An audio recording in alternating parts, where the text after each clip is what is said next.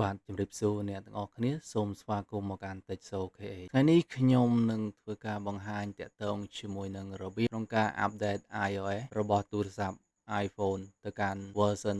26 version ថ្មីចុងក្រោយដោយមានភាពងាយស្រួលនិងឆាប់រហ័សដើម្បីយើងធ្វើការ update បានជាដំបូងអ្នកទាំងអស់គ្នាត្រូវត្រៀម3ចំណុចទី1ទាក់ទងជាមួយនឹងការ backup copy data ដែលសំខាន់របស់អ្នកទាំងអស់គ្នាយើងអាចធ្វើការ copy ដាក់នៅក្នុង cloud iCloud ឬក៏ប្រភេទ cloud ផ្សេងៗដែលអ្នកទាំងអស់គ្នាមានដូចជា Google Drive ជាដើមឬក៏អ្នកទាំងអស់គ្នា copy ទុកនៅលើកុំព្យូទ័រសិនជាមានទី2ទាក់ទងជាមួយនឹងអ៊ីនធឺណិតអ្នកទាំងអស់គ្នាត្រូវប្រកាសថាអ៊ីនធឺណិតដែលអ្នកទាំងអស់គ្នាភ្ជាប់គឺមាន stable មានល្បឿនលឿន3ទាក់ទងជាមួយនឹងថ្មវាពិតជាសំខាន់អ្នកទាំងអស់គ្នាអាចធ្វើការសាកថ្មបណ្ដាក្នុងអំឡុងពេល update ឬក៏តម្រូវឲ្យអ្នកទាំងអស់គ្នាមានថ្មយ៉ាងតិច 50% បាទអ្នកទាំងអស់គ្នាឥឡូវកុំឲ្យខាតពេលយូរយើងចូលទៅកាន់ទូរស័ព្ទដៃដើម្បីធ្វើការ update ទាំងអស់គ្នាអូខេឥឡូវអ្នកទាំងអស់គ្នាបានឃើញហើយទាក់ទងជាមួយនឹង screen ទូរស័ព្ទអញ្ចឹងឥឡូវយើងចូលមកកាន់ setting បន្ទាប់មកអ្នកទាំងអស់គ្នាចូលមកកាន់ general ចឹងទាក់ទងជាមួយនឹង version បច្ចុប្បន្នគឺ 18.6.2 ចឹងយើងនឹងធ្វើការ update ទៅកាន់ version ចុងក្រោយអ្នកទាំងអស់គ្នាអាចចូលមកកាន់ software update អូខេឥឡូវថ្មរបស់ខ្ញុំមាន 60% ឥឡូវដើម្បីប្រកាស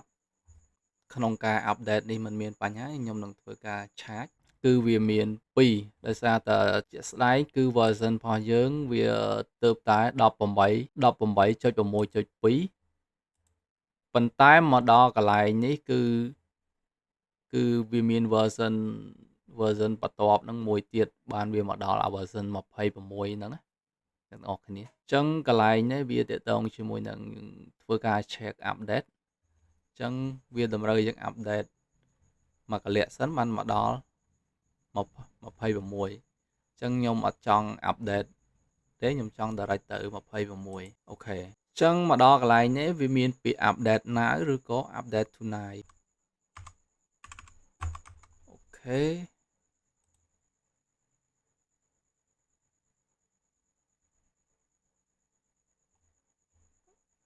គ្រីចឹងមកដល់កន្លែងនេះវានឹងធ្វើការ process ក្នុងការ download ពេលដែល download complete វានឹង load ពាក្យឲ្យយើង install នៅកន្លែងនេះអូខេអ្នកទាំងអស់គ្នាឥឡូវតាក់ទងជាមួយនឹងការ update របស់យើងគឺយើងបាន download success ចឹងតាក់ទងជាមួយនឹងនៅពេលដែលយើង download complete គឺវាចេញ status បែបនេះពីខាងលើវាដាក់ថា downloaded អូខេហើយតាក់ទងជាមួយនឹងពីខាងក្រោម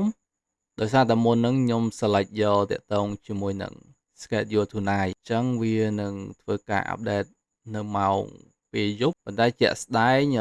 យើងអាចចុចខាងក្រោមនេះមកតាក់ទងជាមួយនឹង update now ដើម្បីធ្វើការ update អូខេអញ្ចឹងកន្លែងនេះវានឹងធ្វើការ verify ដើម្បី process ក្នុងការ update អូខេអ្នកទាំងអស់គ្នាអញ្ចឹងឥឡូវនេះគឺនៅលើ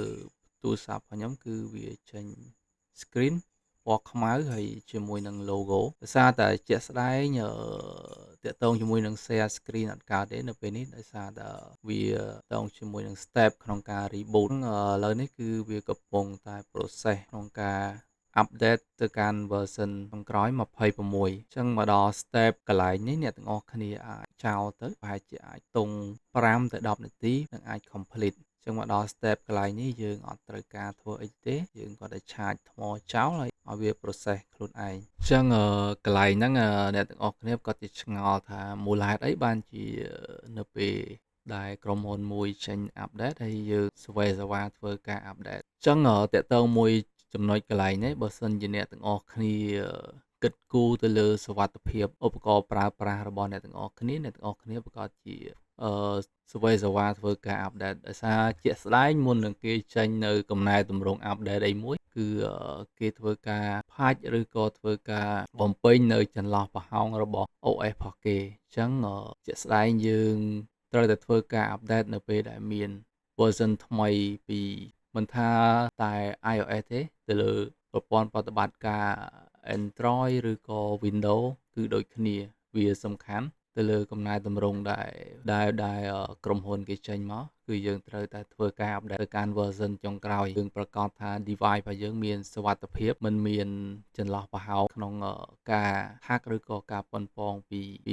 hacker ឬក៏ជនដែលមានគំនិតអាក្រក់និយាយទៅយើងមិនចាំបាច់តតែយើងនេះបុគ្គលសំខាន់ឬក៏អីទេយើងជាអ្នកប្រើធម្មតាក៏យើងត្រូវតែគិតគូរទៅលើសុវត្ថិភាពទៅលើការ update របស់ឧបករណ៍របស់យើងផងដែរអូខេអ្នកទាំងអស់គ្នាឥឡូវតាក់ទងជាមួយនឹងការ update គឺ complete ឥឡូវខ្ញុំនឹងធ្វើការ unlock ដើម្បីយើង share screen ហើយយើងចូលទៅមើលជាមួយនឹង version verify version ក៏ដូចជាយើងចូលទៅមើលទៅលើ function ថ្មីនៅលើ iOS 26ទាំងអស់គ្នាអូខេខ្ញុំ reconnect ម្ដងទៀតអត់ connect ចូលបានអត់អញ្ចឹងតម្រូវឲ្យ lock screen reconnect សារទៀតអូខេអ្នកទាំងអស់គ្នាអញ្ចឹងបន្ទាប់ពីយើង update ហើយពេលដែលយើង unlock គឺវាចេញតម្រង់បែបនេះគឺវាដាក់ថា software update complete your iPhone has been updated to iOS 26អញ្ចឹងយើង continue មកដើម្បីចូលទៅកាន់កម្មវិធីឃើញថាវាប្លែកទៅលើ interface ប៉ុន្តែចាំមើលយើងចូលទៅខាងក្នុងជាក់ស្ដែងថាវាកែប្រែប្លែកពី version ចាស់កម្រិតណាអូខេចឹងតកតងជាមួយនឹងកន្លែងនេះយើងអាច continue វាគ្រាន់តែជាការ demo ប្រាប់យើងថាវាបានដាក់នៅអ្វីខ្លះទៅលើ version ថ្មីចឹងយើង next នោះអូខេ get start អូខេអ្នកទាំងអស់គ្នាចឹងបន្ទាប់ពីយើងចុច unlock screen ទូរស័ព្ទយើងហើយគឺយើងមកដល់ interface មួយនេះអូខេឥឡូវយើងឃើញថាតាក់ទងជាមួយនឹង interface ផងកម្មវិធីនៅលើ iOS 26គឺ